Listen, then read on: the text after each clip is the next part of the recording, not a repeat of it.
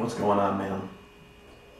I want to do a quick non-playing video on gear, on equipment, because if I'm on a gig or something, or if someone likes the sound of a video, the first thing they'll usually do is ask, "Hey, what kind of amp is that?" Because people associate, that sound with the amp. It's coming out of the amp, right? So, oh, that's the amp. Oh, that amp sounds great. And I've done it too. But rather than nitpick, and I was going to go off on a tangent here and rant. It was probably going to take me like 2 hours. So I'm going to kind of break this down in a way that's kind of very logical and simple. First of all, the first thing I'm going to say, if you're an awesome, awesome guitar player with a lot of money and a lot of time, then by all means, order yourself all kinds of different fancy hand-wound pickups.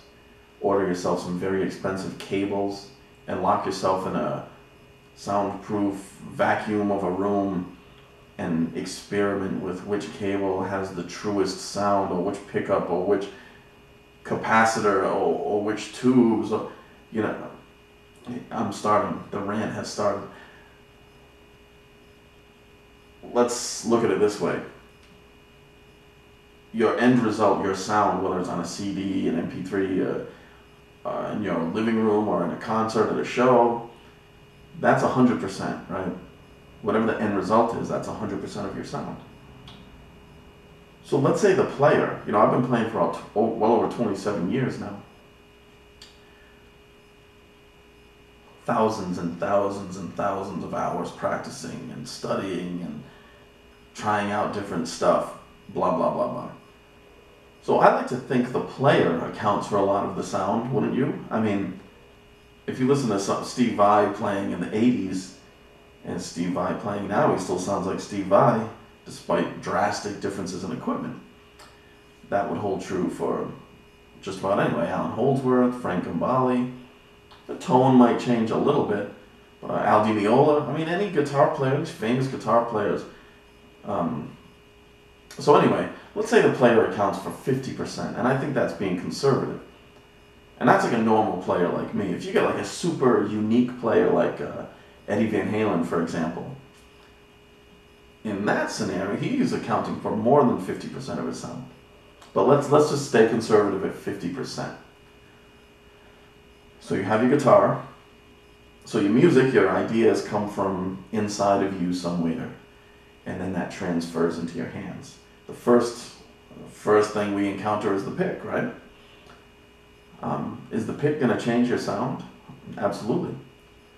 Now, does that mean you have to go buy this $30 pick that Guthrie Govan was peddling? Someone sent me this video. It was like, I think it was $30 for this pick, and then you could buy like this oil for $5 to oil the pick. Are you on fucking drugs? I lose my picks like every 2 days. I ain't spending $100 a week on picks. It's insane. The strings, do the strings matter?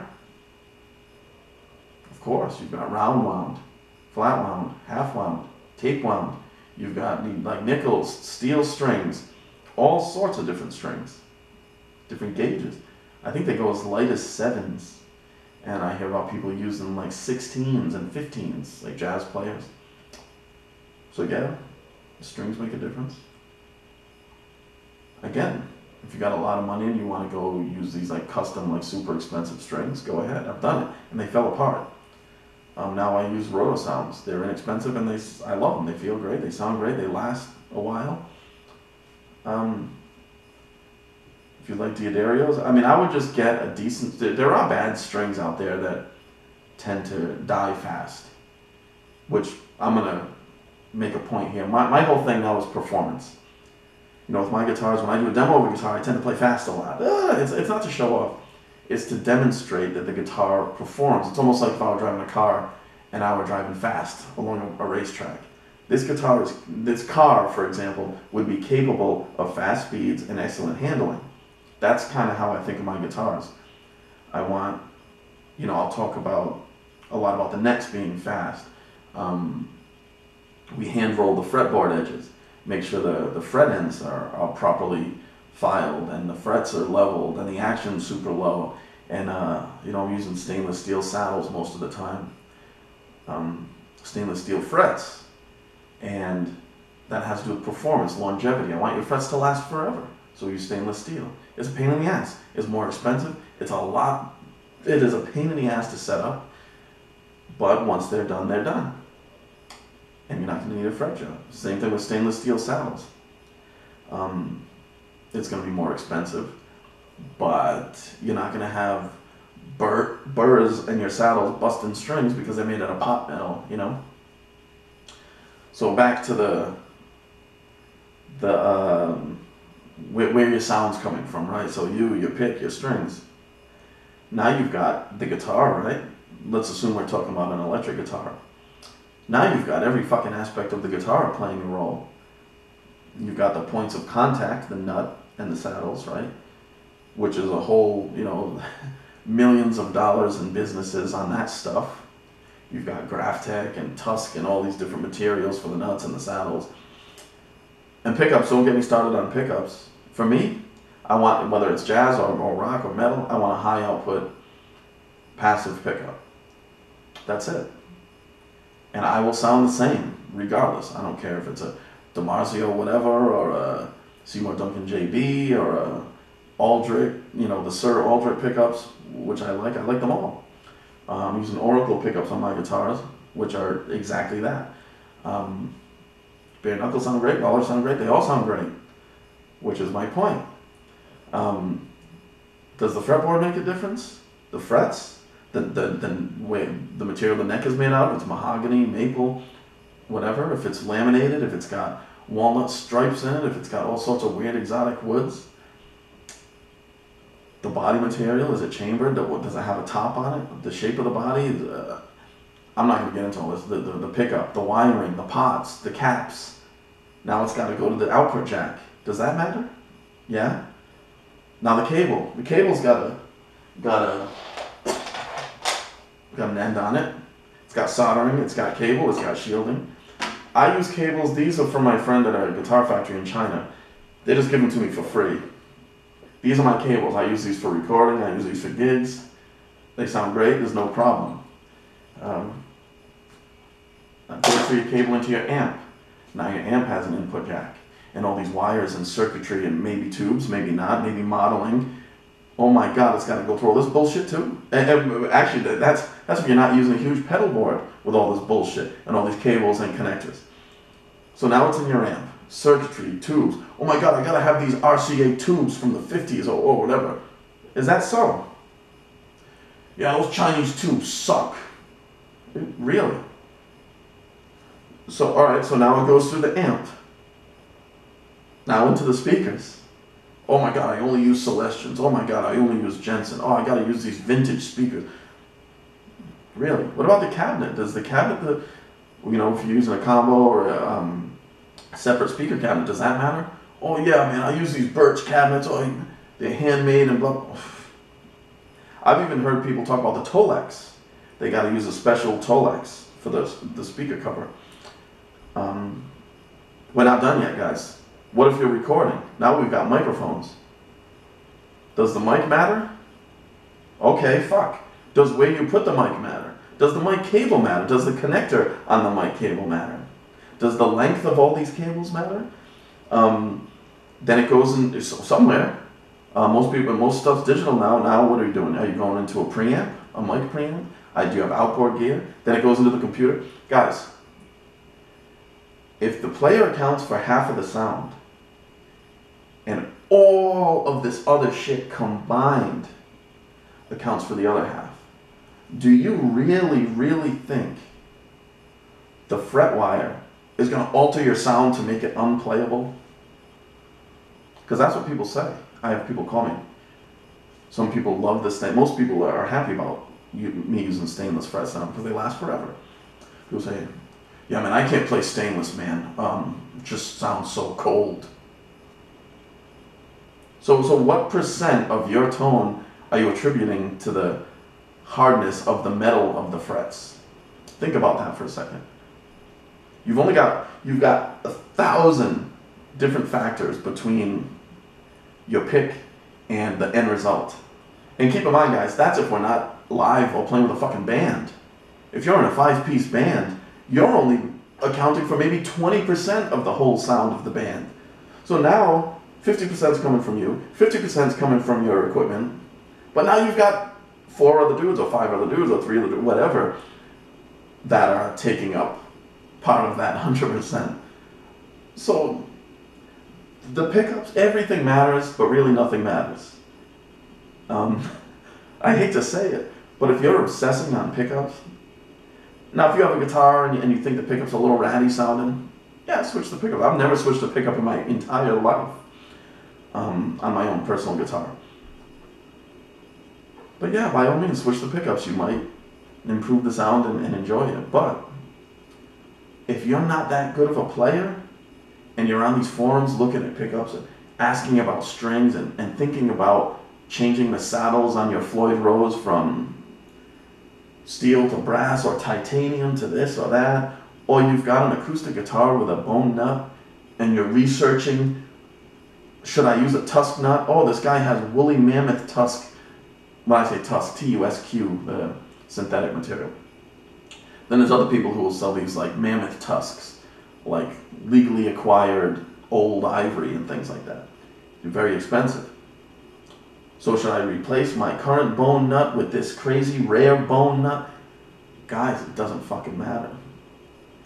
If I play through a high gain head, if it's a PV 5150, a Marshall triple super lead, Mesa Boogie, triple rectifier, an Axe FX, a Boss GT10, some Line 6 new HD 500 modeling thing, if I have high gain, I generally have the EQ fairly flat, gain is high, and I play, I do my thing.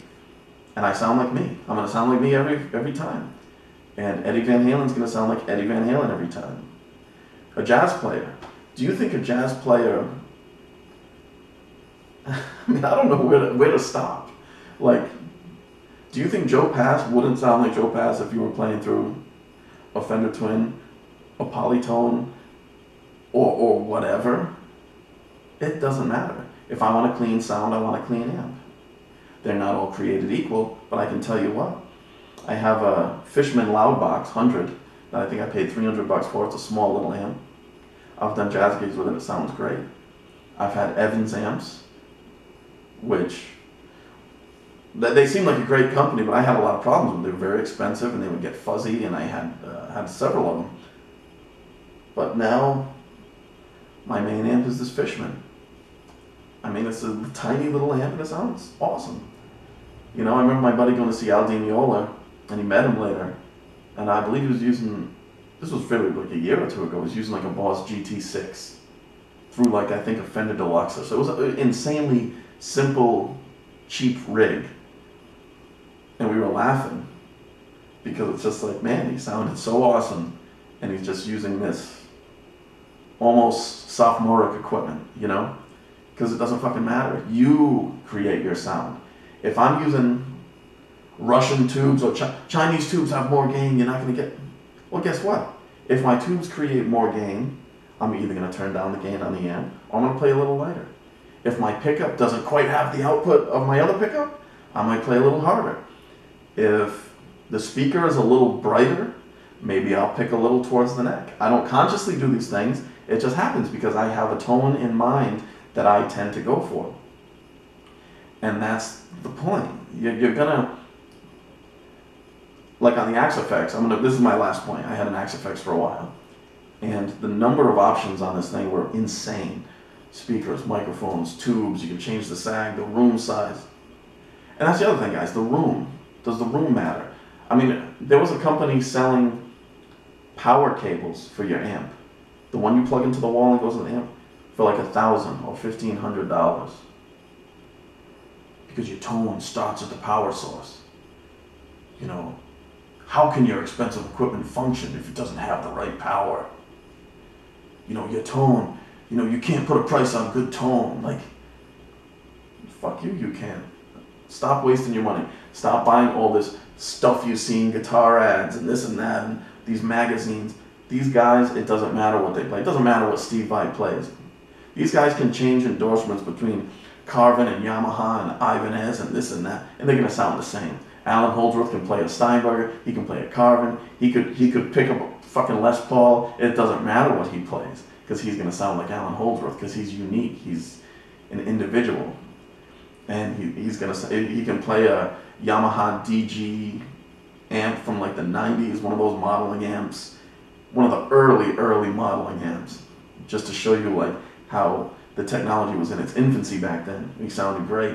And now, I don't know what he's using now for an amp, but guys, it really doesn't matter. If you're playing jazz and you want a clean amp, I was using a Roland Cube. It sounded great, and I probably could have gotten something even smaller.